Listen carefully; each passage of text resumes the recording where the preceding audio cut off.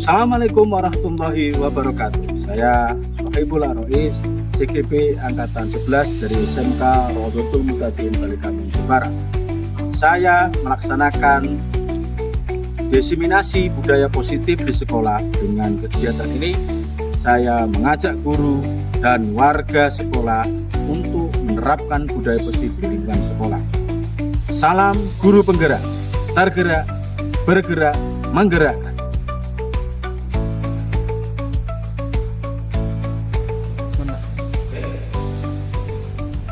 Assalamualaikum warahmatullahi wabarakatuh. Bapak guru hebat, pada pagi hari ini saya akan menyampaikan aksi nyata saya di CGP calon guru penggerak diseminasi budaya positif di SMK Balikambang. Dalam waktu 1 jam ini saya harapkan Bapak guru yang hadir pada aula pagi hari ini dapat mengikuti kegiatan ini dengan hikmat, dengan penuh kesadaran untuk mengindahkan dari aksi nyata diseminasi budaya positif SMK Balikambang. Next. Salam guru penggerak. Saya Sohibul Arois, guru penggerak angkatan 11. Saya ingin cek ketika saya mengatakan guru penggerak, Bapak guru yang hadir di sini silahkan kepalkan tangan dan mengatakan tergerak, bergerak, menggerakkan. Ya, kita cek untuk pertama kali, nanti kita lakukan bersama-sama. Oke. Guru penggerak, tergerak, bergerak, menggerakkan. Oke, kita ulang lagi satu lagi ya. Salam guru penggerak, tergerak, bergerak, menggerakkan. Tepuk tangan untuk kita semua. Oke, next. Ini tepuk semangat ya. Bapak guru bisa gunakan ini ketika dalam keadaan sistem pembelajaran. Pada hari ini kita tepuk semangat. Nah, dengan 3 kali tepuk bilang se, nah, selanjutnya tepuk 3 kali bilang ma, terus tepuk 3 kali lagi bilang ngat, terus diputar tangannya, semangat, gitu ya. Kita cek ya, kita cek untuk cek semangat pada pagi hari ini untuk kegiatan aksi nyata diseminasi budaya positif. Tepuk semangat.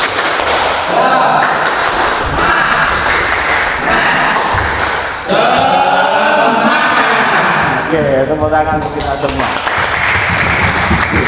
Terima kasih Bapak Guru Hebat, pada hari ini sangat luar biasa. Saya mengapresiasi, semoga kita dapat mengambil hikmat dari kegiatan aksi nyata yang saya sampaikan. Oke, next. Oke, kesepakatan ya Bapak Guru yang hebat. Ini kesepakatan forum diseminasi. Yang pertama, menghargai siapapun. Saya harapkan kita menghargai. Nanti dalam keadaan saya menyampaikan dengan menghargai, ketika teman juga ada yang menyampaikan pendapat, kita hargai. Selanjutnya menjadi pendengar yang baik. Nah, kalau nanti kita saling menghargai dalam posisi saya menyampaikan, dengan menjadi pendengar. Terus mengikuti forum diseminasi dengan baik, aktif dalam kegiatan diseminasi, salon HP, dan mengikuti acara diseminasi dengan riang gembira. Bisa disepakati ya? Bisa disepakati ya? Oke, terima kasih Bapak Guru hebat. Oke, next. Ini salam guru penggerak, salam hebat untuk Bapak Ibu Guru hebat pada pagi hari ini. Oke, next. Aksi nyata di budaya positif SMK Balikambang. Ini yang akan saya sampaikan 1 jam ke depan di hadapan Bapak Guru yang hadir pada pagi hari ini di aula SMK Rodotul Mutadin Balikambang. Oke, next. Selanjutnya, ini 6 materi yang akan saya sampaikan pada pagi hari ini Bapak Guru. Ini yang pertama adalah mengenai tentang disiplin positif. Yang kedua adalah motivasi perilaku manusia. Yang ketiga adalah keyakinan sekolah dan kelas, kebutuhan dasar manusia. yang kelima posisi kontrol restitusi, dan keenam segitiga restitusi. Berarti 6 hal ini yang saya akan kupas, yang saya sampaikan kepada Bapak Guru hebat pada pagi hari ini. Oke, next.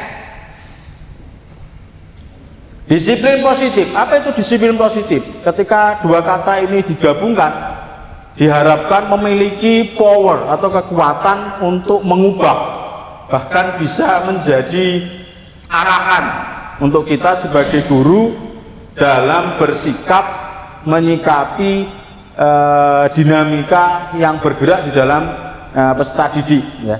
Nah, untuk kata disiplin sendiri ini memberi makna yang sangat luas, tapi saya ambil sedikit makna, yakni cara kita untuk teratur.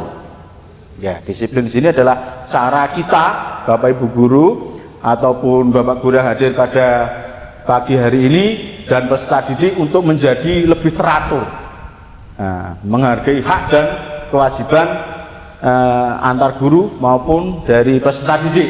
Ya, kata positif memiliki makna adalah positif di sini adalah sesuatu yang baik, sesuatu yang dianggap atau dipatuhi yang bisa dikatakan dapat memberikan efek yang baik pula. Nah, selanjutnya next. Nah, ini disiplin positif. Nah, ini makna secara umum. Disiplin positif merupakan suatu cara penerapan disiplin yang mengajarkan anak bertanggung jawab dan menumbuhkan kesadaran diri berdasarkan nilai-nilai kebajikan. Kenapa kok ada unsur tanggung jawab? Kata disiplin di sini atau disiplin positif, karena diharapkan nanti peserta didik akan menjadi peserta didik yang akuntabel, ya.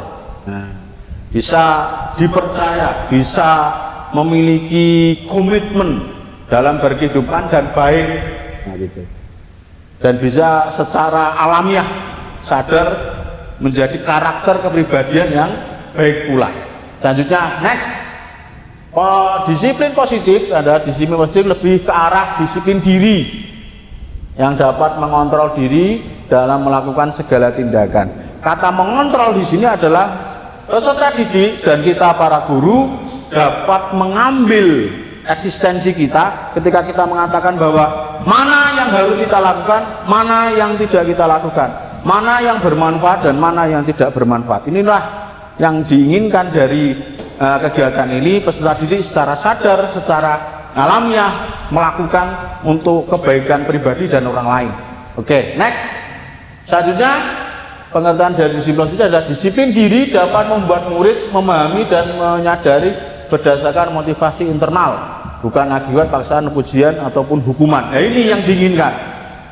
Setelah mereka memahami apa itu disiplin positif, apa itu aturan, apa itu kata disiplin itu sendiri, diharapkan peserta didik secara sadar, secara alamiah, secara pribadi, dia sebagai peserta didik maupun kita sebagai bapak guru melakukan kegiatan baik ini tanpa paksaan dan tanpa intimidasi. Ketika kita melakukan sesuatu ada paksaan, ada intimidasi, ada ketakutan, maka jiwa yang pelaksana pasti terganggu, pasti tidak nyaman, pasti penuh tipu daya untuk melakukan tindakan. Dan harapan dari saya pribadi dan Bapak Guru, saya inginkan juga peserta didik ini melakukan tindakan positif ini dengan kesadaran penuh, bukan atas dasar paksaan. Oke, next. Nah, ini 6 karakter ini Bapak Guru, profil pelajar Pancasila ini ada 6. Yang pertama adalah beriman bertakwa kepada Tuhan Yang Maha Esa dan berakhlak mulia. Ini sudah ada dan sudah menjadi karakter di dalam SMK kita yang berbasis pondok pesantren SMA Raudhatul Muqtadiin. Berarti secara sadar kita sudah melakukan itu dan kita harus mengawal konsistenitas dan juga mengawal agar berkelanjutan menjadi lebih baik, lebih baik, lebih baik. Selanjutnya adalah mandiri. Ya, profil mandiri di sini peserta didik secara sadar ketika dia menjadi peserta didik, maka dialah bertugas untuk melakukan tindakan menguatkan posisi untuk menjadi pribadi-pribadi ilmu, pribadi-pribadi skill yang kompetitif, kreatif. Nanti ada juga kata kreatif di situ, ya kan? Dan menjadi percaya diri, confident, percaya diri. Ini yang diinginkan. Contoh kebidanan global, maksudnya apa? Menghargai atas dasar perbedaan.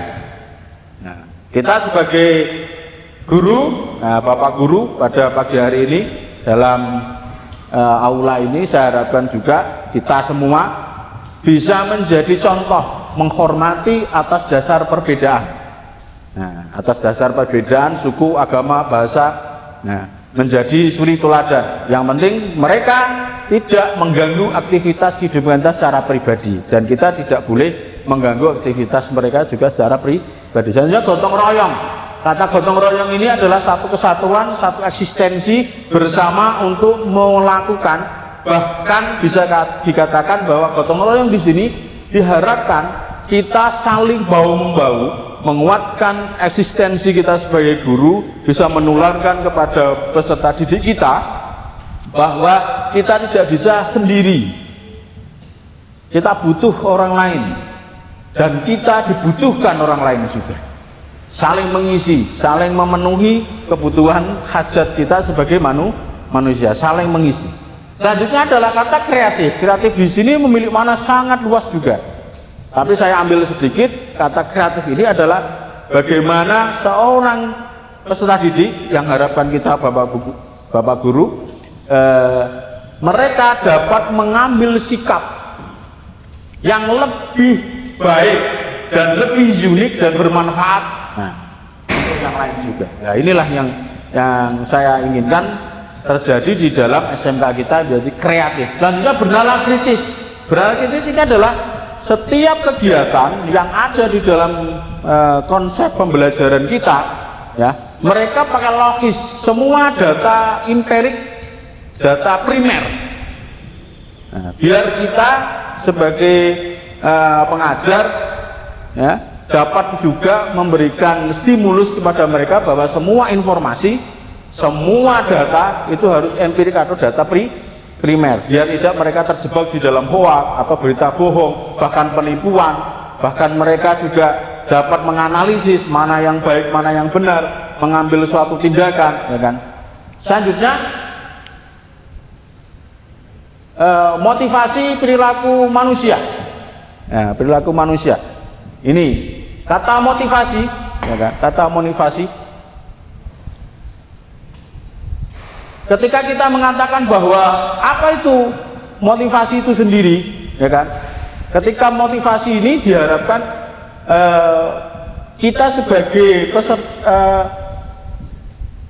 pendidik, ya kan? Kata motivasi ini adalah memberikan gagasan atau bahkan memberikan konsep kepada peserta didik agar mereka, peserta didik itu dapat memberikan efek positif. Efek positif, berarti kita memberikan efek positif untuk mereka lebih giat, lebih baik, dan lebih kontinuitas dalam menggapai cita-citanya. Nah, inilah yang diinginkan di dalam destinasi pada pagi hari ini. Oke, next. Yang pertama adalah motivasi perilaku manusia. Ada 3 hal, ya. Ada 3 hal. Yang pertama ini untuk menghindari ketidaknyamanan atau hukuman. Nah, ini biasanya terjadi Bapak Guru, ya kan, ketika mengatakan ingin melakukan tindakan biar tidak dihukum, biar tidak dihukum. Nah, ini biasanya mereka bertipu daya. Selanjutnya yang kedua adalah untuk mendapatkan imbalan atau penghargaan dari orang lain. Maksudnya apa? Peserta didik biasanya ketika ingin mendapatkan sesuatu hal, otomatis mereka ingin mendapatkan imbalan. Pak, saya ingin dapat nilai bagus. Jika saya seperti ini, saya dikasih hadiah oleh orang tua. Nah, itu orang tua. Nah, inilah yang seharusnya tidak terjadi. Selanjutnya ini yang ketiga adalah untuk menjadi orang lain, ya kan? Mereka inginkan dan menghargai diri sendiri dengan nilai-nilai yang mereka percayai. Nah, ini ada Nah, ada kalanya peserta didik melakukan itu. Oke, next. Nah, keyakinan sekolah dan kelas. Kata keyakinan di sini adalah sesuatu hal yang bisa menjadikan posisi kita sebagai guru dapat memberikan kesepahaman bahwa semua peraturan ini harus disepakati bersama, tidak bisa sepihak dari guru pribadi, nggak boleh. Nah, ini keyakinan baik sekolah maupun kelas harus melibatkan peserta didik untuk mengambil kebijakan. Oke, next. Keyakinan kelas, guru berperan dalam mewujudkan terbentuknya keyakinan kelas atau kelas dengan adanya kesepakatan antara guru dan murid. Berarti guru dan peserta didik kita, santri, harus satu frekuensi, satu pemahaman. Mereka peserta didik punya hak untuk bersuara, apa yang harus mereka inginkan dan apa yang harus mereka dapatkan. Dan guru harus menjembatani mana sekiranya itu menjadi baik, mana sekiranya itu tidak baik. Oke, next. Keyakinan kelas. Keyakinan kelas atau kelas berupa pernyataan universal yang mudah diingat, dipahami dan harus diterapkan di lingkungan sekolah. Maksudnya apa? Ini harus berjalan. Peserta didik harus tahu. Peserta didik ini bagian dari. Tidak bisa dikatakan bahwa peserta didik ini tidak ada di sini, tidak bisa. Mereka bagian, tidak bisa enggak. Dan harapan kita sebagai pendidik harus melakukan tindakan itu. Oke, next. Nah ini keyakinan sekolah dan kelas. Oke, sebelum saya lakukan ini, saya mau ice breaking dulu ya. Nanti ada ice breaking 1 dan 2. Oke, sekarang semua angkat tangan ke atas. Oke, angkat tangan ke atas, angkat tangan ke atas, angkat tangan ke atas, angkat tangan ke atas, dan tepuk 3 kali ke atas dan sebutkan huruf pertama di alfabet. 1, 2, 3. A. Nah, 1, 2, 3. 1, 2, 3. Oke, terima kasih. Ini saya harapkan Bapak Guru bisa lebih fokus ya. Lebih fokus untuk tidak tidur ya, tidak tidur ini. Jangan sampai ini saya harapkan bisa satu frekuensi ini. Nah, oke. Keyakinan sekolah dan kelas, ini kelas 11 TK keyakinan. Yang pertama, kenapa harus ditempel? Nah, ini tujuannya adalah para peserta didik tahu posisinya,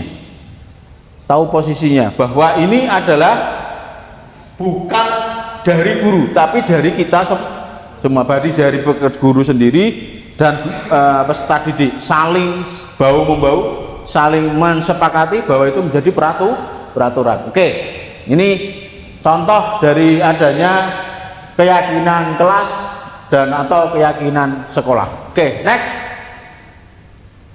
Nah, selanjutnya ice breaking yang kedua. Wah, ini jenengan saya inginkan ketika kita tepuk 3 kali, sebutkan kata saya dengan menunjuk pribadi. Ketika 3 kali lagi menunjukkan dia, dia.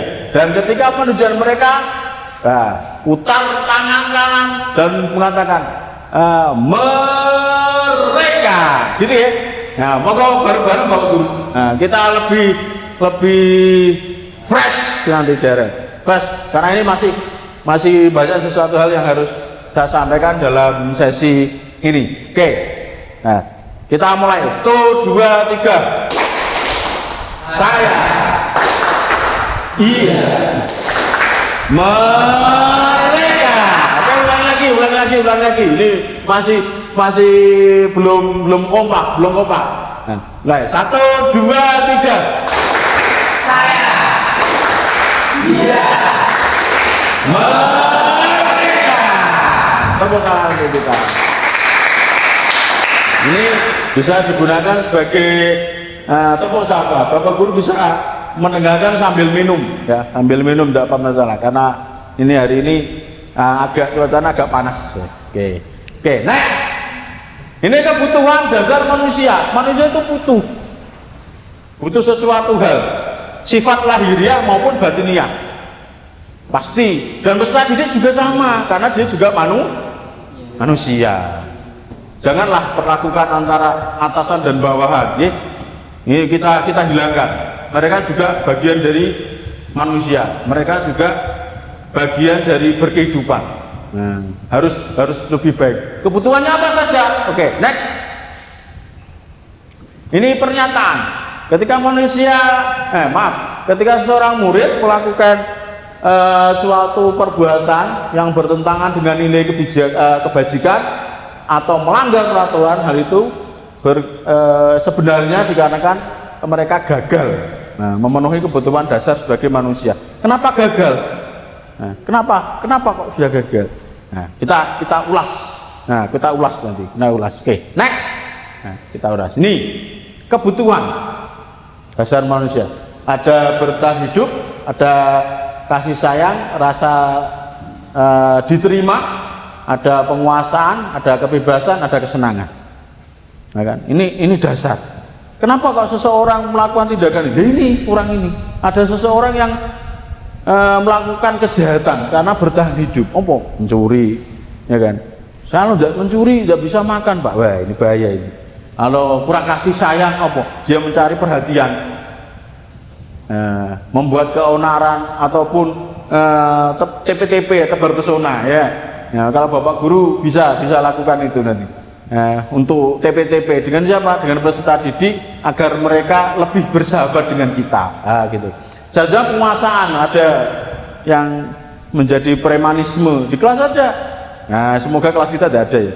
Tidak ada premanisme. Ada kesenangan juga. Kesenangan ini adalah rasa bahagia, rasa ingin dimengerti. Nah, satu diantaranya itu. Oke, next.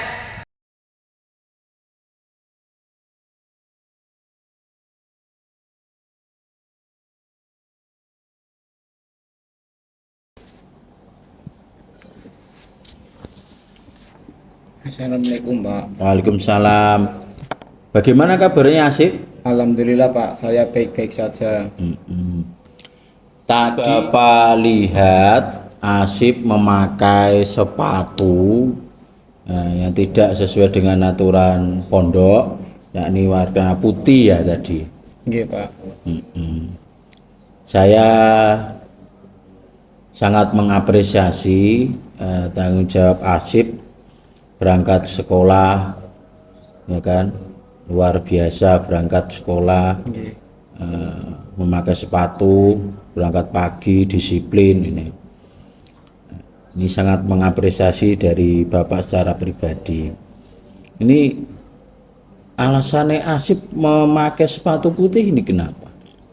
Pak, sepatu saya kemarin yang warna hitam itu rusak Pak. Gimana lagi Pak?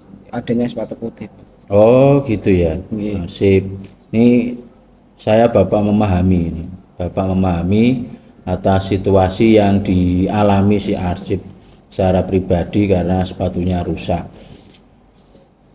Saya menginginkan Asif ini lebih disiplin lagi, ya kan? Nggih. Lebih disiplin, lebih taat atas aturan. Terus, menurut Asif kenapa sepatu sekolah di pondok kita pakai sepatu hitam? Itu menurut Pak Asif seperti apa?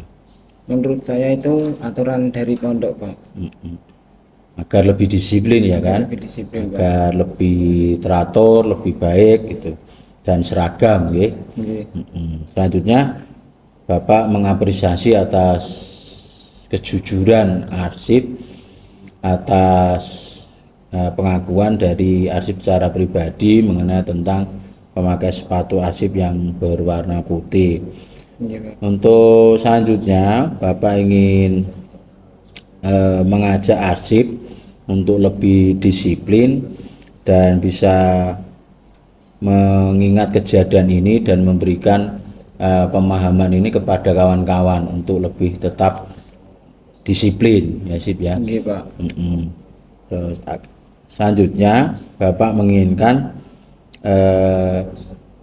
saran kepada Asif untuk meningkatkan disiplin itu seperti apa Asif? Saya akan membeli sepatu baru Pak. Oh gitu ya. Ini untuk meningkatkan disiplin Asip ya, untuk membeli sepatu. Saya mengapresiasi sikap Asip atas tanggung jawab Asip di dalam sekolah, berangkat pagi dan memakai sepatu, dan saya harapkan Asip ketika membeli dan juga dapat dipakai dalam kegiatan pembelajaran. Gitu ya Asip ya. Nggih, Pak. Saya harapkan Asip bisa bekerja sama dan lebih disiplin. Nggih. Terima kasih, bisa kembali ke kelas untuk pembelajaran selanjutnya. Terima kasih nggih, Pak. Ya.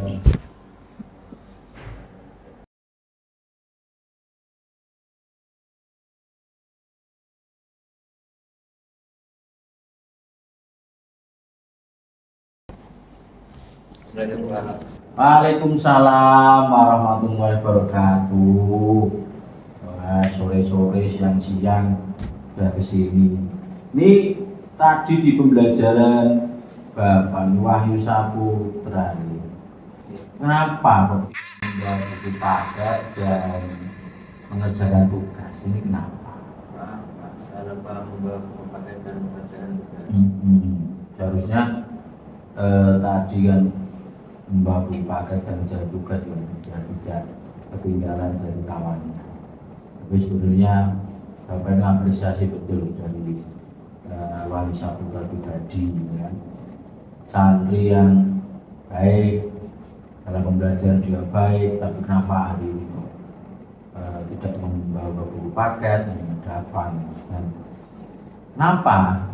Dari pandangan Wahyu, apa sih kenapa sih kita harus membawa buku paket dan mengerjakan tugas? Ini pandangan Wahyu. Kenapa?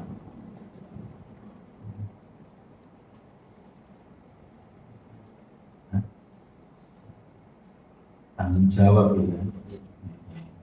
Biar kita dapat bertanggung jawab dan juga dapat istilahnya lebih disiplin ya kan? Disiplin.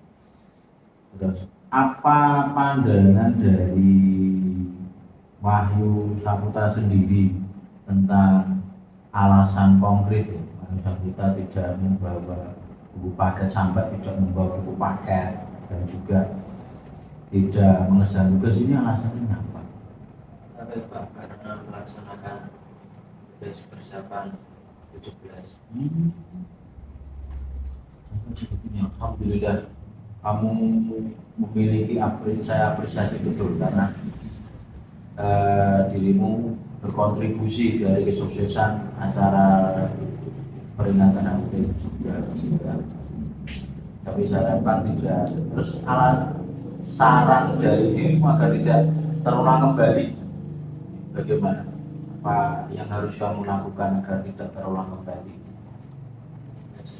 Oh, membuat jadwal akan lebih tanggung jawab gitu.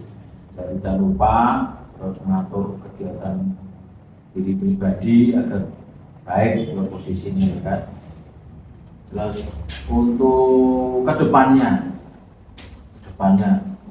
apa yang harus kamu lakukan depannya? Saya akan lebih baik dan saya bertanggung jawab. Biar kita sendiri tahu ya kan, mana tugas antara sekolah dan mana tugas yang disebut dengan pengabdian, yaitu membantu dalam proses kesuksesan peringatan HUT 17. Harapan Wahyu Saputra lebih konsisten atas pembelajaran ya, membawa paket dan mengerjakan tugas agar tidak tertinggal. Terima kasih Pak Saputra, bisa kembali ke kelas dan saya harapkan ini tidak terulang kembali ya. Terima kasih. Ini studi kasus. Ada Pak Bowo, guru wali kelas 11 EKJ, sedang bingung menghadapi ulah salah satu murid di kelasnya, namanya Izar. Beberapa anak telah mengeluh Izar ini seringkali meminta bekal makanan siang mereka dengan paksa. Jika Anda menghadapi situasi seperti ini, apa yang akan Anda lakukan? Menurut Anda kira-kira apa alasan Izar melakukan ini? Kalau secara analisis, satu, mungkin dia lapar ya, lapar, tidak memiliki makanan. Nah, tidak pilih makanan ya. Lapar banget. Ngambil. Yang kedua, bisa jadi Ezra ini tidak memiliki bekal, ini kan? Tidak memiliki bekal ini. Bisa jadi Ezra ingin sekedar diperhatikan dengan yang diminta. Atau yang lainnya juga. Coba kita lihat kasus-kasus, analisis kasus dah. Oke, next. Yang pertama, alasan Ezra yang pertama adalah orang tuanya tidak membawakan bekal, bertahan hidup. Bisa jadi. Makanya Bapak Guru ketika nanti di kelas kalau menemui peserta didik yang butuh perhatian, tolong dianalisis, ya, dianalisis. Jangan sampai berbeda dalam penanganannya. Ini harus ditunggu. Oh, ini kalau bertahan hidup ya kasih makan lah. Kalau kita memiliki sedikit rezeki bisa. Oke, next. Alasan kedua, nah, memperhatikan dia karena kasih sayang dan rasa diterima. Maksudnya apa? Dia kurang gitu. Ya, kurang kasih sayang. Ini bahaya ini. Bahaya. Jangan sampai Bapak Guru nanti ketika di kelas menemukan anak yang kurang kasih sayang. Bahaya ini. Bahaya. Jangan sampai itu terjadi. Oke, next. Ini alasan ketiga. Nah, takut dengan dia dan menuruti kinannya karena kekuasaan. Kenapa dia takut? Nah, ini kalau di dalam sekolah kita ada yang disebut dengan oteng ya, atau seseorang yang memiliki kuasa, sok jagoan, sok keren, ingin menguasai. Nah, ini mungkin juga Ezra ingin melakukan itu. Tapi ketika nanti kita di dalam kelas kalau menemukan anak yang memiliki karakter seperti itu, ya kita ajaklah dia untuk berdiskusi, menyalurkan kewibawaannya untuk menjadi seorang pemimpin yang baik. Disalurkan yang baik. Salurkan yang baik, bukan diberangus tidak, tapi disalurkan dengan yang baik. Suruh aja dia ikuti ekstra, pencaksilat atau melakukan tindakan. Oke, next. Alasan Ezra yang keempat, Bapak Guru ini mungkin ingin merasa bosan dengan bekal yang diberikan ibunya, juga bisa ini. Berikan ibunya. Nah, ini kebebasan. Dalam arti kebebasan di sini ingin memberikan eksistensi bahwa dia ada. Dia ada. Berarti karena dia merasa bosan dan bekal makanan yang dibawakan ibunya di rumah, karena ibunya selalu membawakan bekal yang sama. Tempe goreng mungkin ya. Kalau saya punya cita-cita itu pondok kita makannya nasi padang. Cocok ya Pak Guru ya. Bukan nasi padang, ada rendang, ada kuah gulai ini. Terus kuah kuning ini. Nah, coba nanti kita diskusi dengan pihak sekolah dan asrama untuk bisa terjadi itu. Berapa minggu sekali Pak? 1 minggu sekali. Weh, mantap gitu. Ya kan? Biar tidak ada ezar-ezar selanjutnya. Oke, lanjutnya next. Nah, ini alasan kelima, iseng. Karena hanya kesenangan. Ezar iseng. Iseng di sini adalah dia ada rasa senang. Rasa senang dalam arti apa? Ketika melihat temannya merajuk, ya kan, temannya merasa apa itu digoda, ya. Apalagi kalau yang membawa bekal itu adalah temannya perempuan, bisa jadi ini. Mungkin Bapak Guru dulu ketika di sekolah juga seperti itu ya. Ini bisa jadi ini. Kalau saya dulu pernah, tapi sekarang kalau melihat di sekolah kita tidak ada, karena tidak ada yang bawa bekal di sekolah kita. Tapi bawa jajan ada ya. Bawa jajan itulah ada ya Bapak Guru ya, ketika ada para santri yang bawa jajan, ya, terus temennya meminta, wah bukan meminta, merampok sih, beli jajan kerupuk terus diambil ya, habis ini. Nah, atau minum es tapi sedotannya ditekan, biar tidak dapat banyak, dikasih kualifikasi, itu mungkin itu karena iseng aja, iseng ya. Oke, selanjutnya next. Posisi kontrol restitusi. Posisi kontrol di sini adalah posisi kita Bapak Guru ya, posisi kita sebagai Bapak Guru di dalam kelas. itu harus seperti apa? Seperti apa kita dalam menyikapi hal-hal ya, yang terjadi di dinamika peserta didik ini. Apa itu? Next. Ya ini 5 posisi kontrol. Guru sebagai penghukum, guru pembuat merasa bersalah, guru teman atau guru sebagai pemantau atau guru sebagai manajer. Maksudnya apa? Inilah posisi kita. Posisi mana ya kita yang setiap hari? Dan ini saya harapkan nanti kita rubah. Posisi mana yang paling baik dari 5 ini? Apakah semuanya buruk? Apakah semuanya baik? Atau ada yang satu di antara yang baik dari 5 itu? Coba kita lihat. Oke, next. Nah ini, Bapak Guru, 5 posisi kontrol. Ini motivasinya. Nah, ini motivasi. Ini menghindari hukuman. Yang kedua adalah mengharapkan imbalan, ketergantungan pada orang lain. Yang selanjutnya kolom yang paling sana di manajer itu identitas berhasil sukses kontrol diri, menggait diri sendiri. Kalau kita guru sebagai motivasi, guru berbuat. Kalau menghukum, contohnya apa kata-kata atau sikap kita yang mempunyai karakteristik menghukum, menghardik, menunjuk-nunjuk, menyakiti, menyindir. Karena sifat dari kata menghukum di sini adalah yang menghukum ini merasa bahagia, merasa terpuaskan jika yang dihukum ini menderita. Nah ini jangan sampai terjadi. Nah, guru berkata kamu, kalau kamu tidak melakukan, awas. Wah, ini mengancam.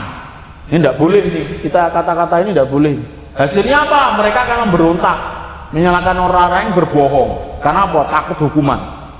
Berkelit. Kalau bahasanya sini ya. Nah. Terus kaitan dengan dunia berkualitas, murid meletakkan guru di luar dunia berkualitas. Maksudnya apa? Dia akan menghindar. Kalau dipanggil mesti gelibet, kalau bahasa kita harus berputar lagi. Selanjutnya murid berkata, biarkan saja, nanti juga marah-marah lagi. Dalam arti apa?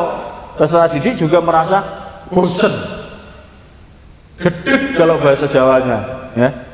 Kalau bahasa sederhananya adalah mereka merasa kesal ada marah, terpendam. Gampang ada mereka kok mengulangi kesalahan pasti. Karena apa? Tidak masuk di dalam ranah jiwa. Ini jangan sampai terjadi. Selanjutnya berbuat rasa bersalah. Guru berbuat berceramah dan mengatakan seharusnya bapak kecewa dan seharusnya dalam arti apa? Anak merasa di posisi yang selalu salah.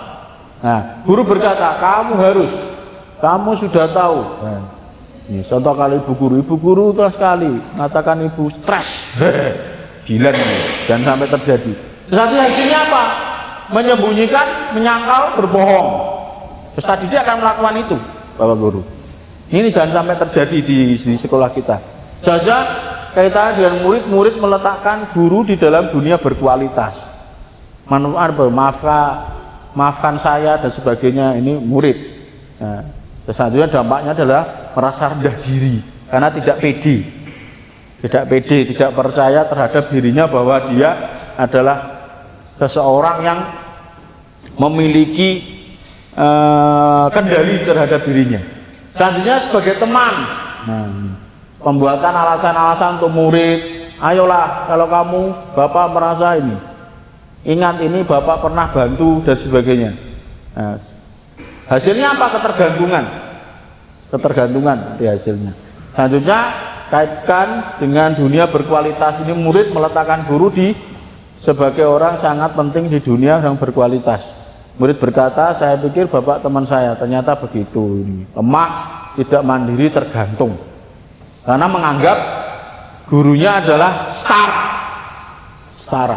Ini boleh, tapi jangan kebablasan. Nah, boleh, tapi jangan sampai kebablasan. Kalau murid sudah kebablasan bahaya, guru juga menganggap bahaya juga. Harus punya koridor, menghormati teman ini ada koridornya antara guru dan murid.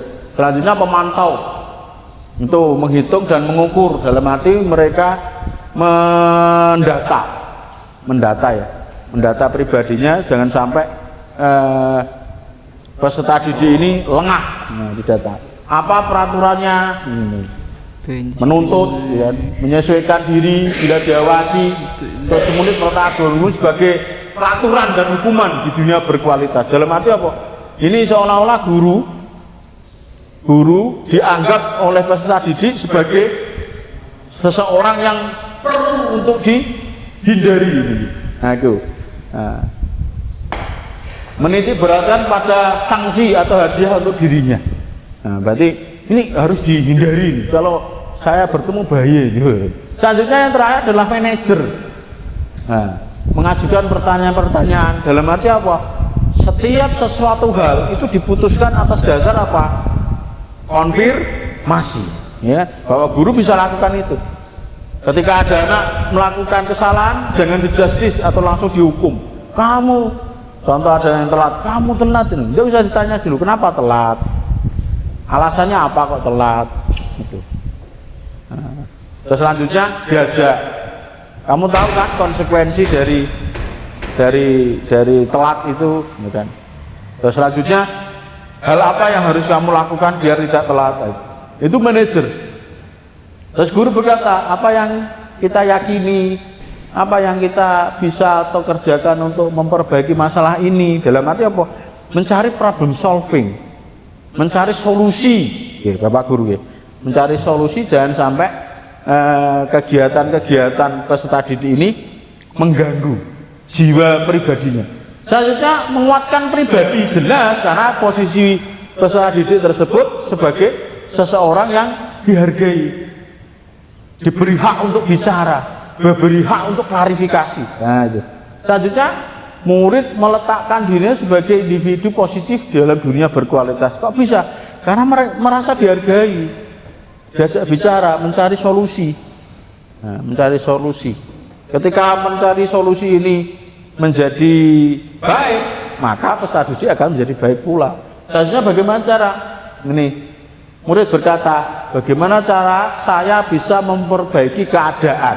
Kenapa? Sadar pribadi, karena diajak untuk mencari solusi oleh Bapak Guru. Bapak Guru harus seperti itu, dan kita bersama-sama untuk melakukan itu. Berarti murid dikualitaskan. Tidak boleh murid ini sebagai objek, jadi objek penderitaan. Nah, jangan sampai. Yang satu dampaknya apa? Mengevaluasi diri, bagaimana cara memperbaiki diri, diharapkan itu. Berarti mereka muhasabah. Nah, kalau bahasa pesantren kita adalah muhasabah atau introspeksi di diri. Oh, saya salah. Kalau saya salah, saya berhak untuk mengambil konsekuensi atau harus mencari solusi biar tidak terjadi lagi. Oke, next. Nah, posisi kontrolnya, restitusinya apa? Yang dari 5 hal tadi, yang diinginnya adalah sebagai manajer. Kenapa kok manajer? Ya itu tadi, meletakkan peserta didik dan kita sebagai satu egaliter yang sama, saling menguatkan, saling mengisi, saling memahami satu dengan yang lain antara hak dan kewajiban. Inilah yang kita harus lakukan. Posisi kontrolnya dalam restitusi kita adalah manajer. Bapak Guru dan saya pribadi bisa dan wajib untuk melakukan itu agar peserta didik kita untuk kedepannya lebih berkualitas dalam sifat mentalnya, percaya diri, confident. Ketika dia menghadapi sesuatu juga bisa terimbas dari apa yang kita ajarkan dan apa yang kita latihkan kepada mereka. Oke, next. Posisi kontrol restitusi. Kalau sebagai manajer, guru dapat berbuat sesuatu bersama murid, mempersiapkan murid, bertanggung jawab, mendukung murid agar dapat menemukan solusi. Iya, itu yang harus kita inginkan dan itu yang harus kita kuatkan sebagai pendidik. Jangan mengatakan bahwa, loh, kamu pagi hari bukannya sepatunya itu warnanya hitam, kamu kok putih? Langsung dapat 50 kali. Ya, ini tidak dapat solusi karena anak ini punya hak apa untuk berbicara, punya hak untuk menyampaikan pendapat. Diajak saja. Nah, ajak saja dengan sistem manajerial tadi. Berarti posisinya adalah peserta didik adalah egaliter, setara dalam posisi yang berbeda. Dalam peserta didik ya peserta didik, kita sebagai guru. Oke, next. Posisi kontrolnya, selain itu posisi manajer mengacu pada restitusi yang dapat menjadikan murid sebagai manajer bagi dirinya sendiri, sehingga dapat mencipta identitas positif pada dirinya si murid. Kenapa itu bisa terjadi? Kenapa? Peserta didik diajak untuk berpikir, mencari solusi. Nah kita ajak itu Pak Guru. Jangan kau mengatakan bahwa tidak bisa, tidak boleh. Murid adalah di bawah kewenangan kita. Enggak, sekarang sudah beda. Zamannya sudah beda. Kenapa? Zaman kita sudah zaman teknologi. Mereka dapat mencari informasi dan juga mencari posisi diri. Kalau nggak yakin, nah bisa berapi di dalam berkehidupannya. Oke, next. Seketika restitusi. Nah, ini yang kita bahas lebih lanjut. Oke, next. Apa itu seketika restitusi? Nah ini tahapannya manajer Bapak Guru. Tadi 5 kontrol tadi yang manajer, inilah tahapannya. Nah, tahapan dalam segitiga restitusi. Yang pertama adalah menstabilkan identitas. Dalam arti apa? Kita mengklarifikasi. Nah, peserta didik kalau ada masalah diajak, ditanyakan dulu hal yang positif, disadarkan dalam hal, karena semua orang, semua individu, setiap manusia pasti memiliki salah. Nah, tapi juga setiap orang punya kesempatan untuk berubah. Ini menstabilkan identitas. Selanjutnya, validasi tindakan yang salah. Validasi tindakan yang salah maksudnya apa? Peserta didik diajak untuk menyadari bahwa dirinya salah. Setelah dia menyadari, kita mengatakan, iya, setelah kamu sadar, betul Pak, saya salah. Ya Pak, saya yang melakukan. Ya Pak, saya dalam posisi ini adalah pelakunya Pak. Dan kita apresiasi. Dalam arti apa? Apresiasi keberanian, kejujuran, validitas dari pernyataannya, gitu loh. Berarti kita gunakan itu sebagai dasar untuk mengambil suatu sikap. Selanjutnya adalah menaikkan keyakinan. Keyakinan di sini adalah apa yang kamu harus lakukan. Keyakinan apa yang harus kamu bangun biar kesalahan ini tidak terulang kembali. Ya, ini segitiga restitusi yang harus kita lakukan Bapak Guru. Jangan pakai yang lain. Kita pakai ini karena ini adalah memanusiakan manusia dengan posisi setara manusia. Berarti sama. Tapi jika mengulang kembali, maka dia suruh untuk merestitusi diri sendiri, menjadi manajer diri sendiri. Silakan kamu analisis sendiri. Kenapa kamu bisa salah? Kok kedua kalinya? Kedua kalinya. Nah, ini kita bisa lakukan. Oke, next. Ini menstabilkan identitas. Menstabilkan identitas dilakukan berdasarkan prinsip bahwa memberikan kesalahan pada bagian ini proses pembelajaran yang nantinya akan menggeser identitas gagal ke arah tindakan sukses. Ini yang tindakan pertama, menstabilkan tadi yang saya sebutkan.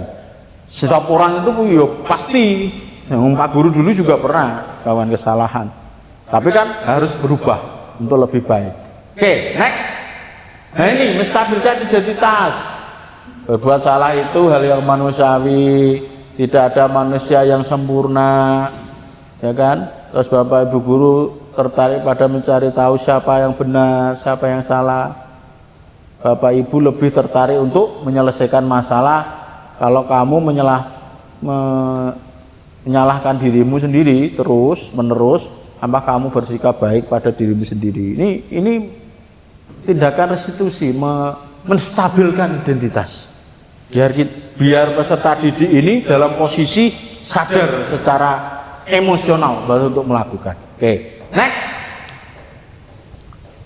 Menstabilkan identitas selanjutnya adalah membuat salah ini. Itu hal yang manusiawi, tidak ada manusia yang sempurna. Nah, ini sama tindakan itu. Ini kata-katanya. Bapak Ibu Guru lebih tertarik untuk menyelesaikan masalah. Nah, ini tindakannya. Oke, next.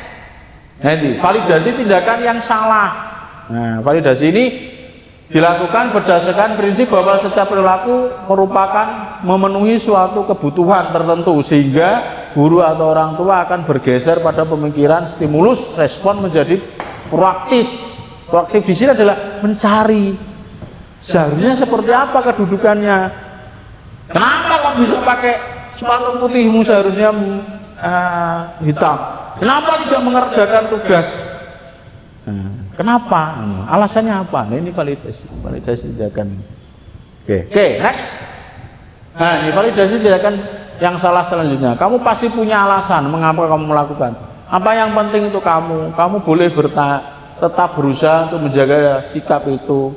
Maukah kamu belajar cara lain untuk mendapatkan yang kamu butuhkan tanpa harus memukul? Dalam arti apa? Ini mencari, diajak peserta didik itu diajak untuk mencari solusi. Kalau bisa A, kenapa harus B? Kok bisa A? Itu. Ini tindakan validasi tindakan yang salah. Oke, next. Ini menanyakan keyakinan. Menanyakan keyakinan itu dilakukan dengan memberi pertanyaan-pertanyaan bermakna kepada murid untuk memunculkan motivasi secara intrinsik pribadi, ya kan? Nah, sehingga mampu mengaitkan keyakinan dengan tindakan yang salah.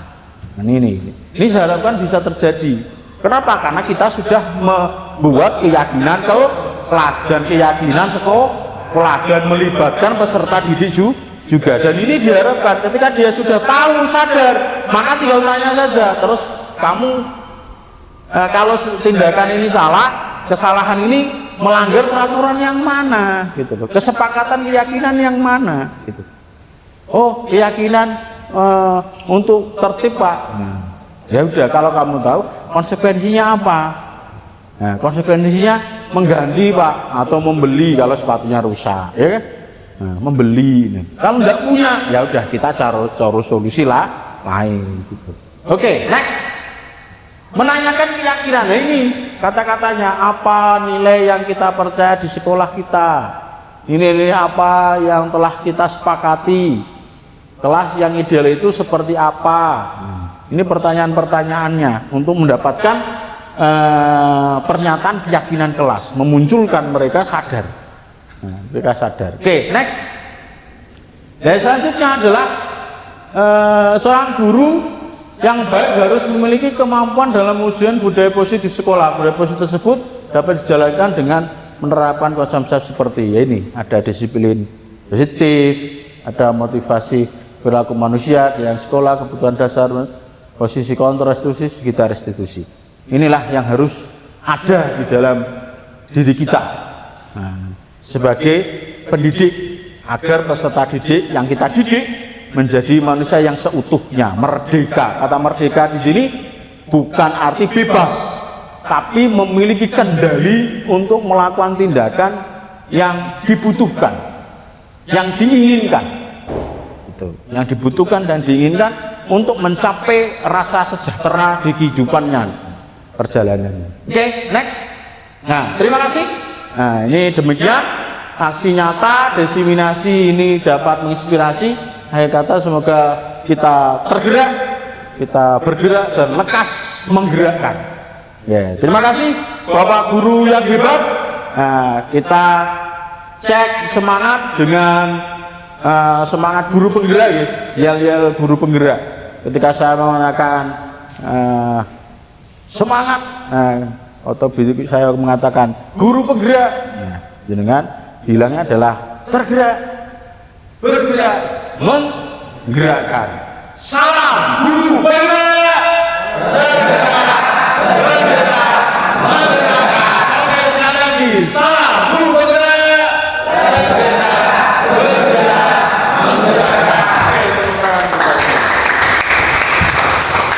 Terima kasih Bapak Guru hebat telah membersamai saya dalam acara diseminasi aksi nyata yang saya sampaikan.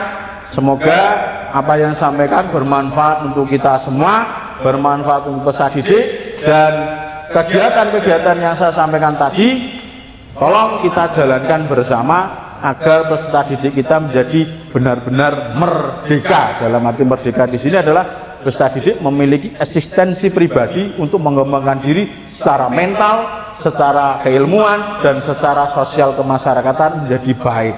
Jadi saya mohon maaf dalam salah kata, salah sampai dari Bapak Guru hebat pada pagi hari ini. Jika ada salah, saya mohon maaf. Assalamualaikum warahmatullahi wabarakatuh. wabarakatuh.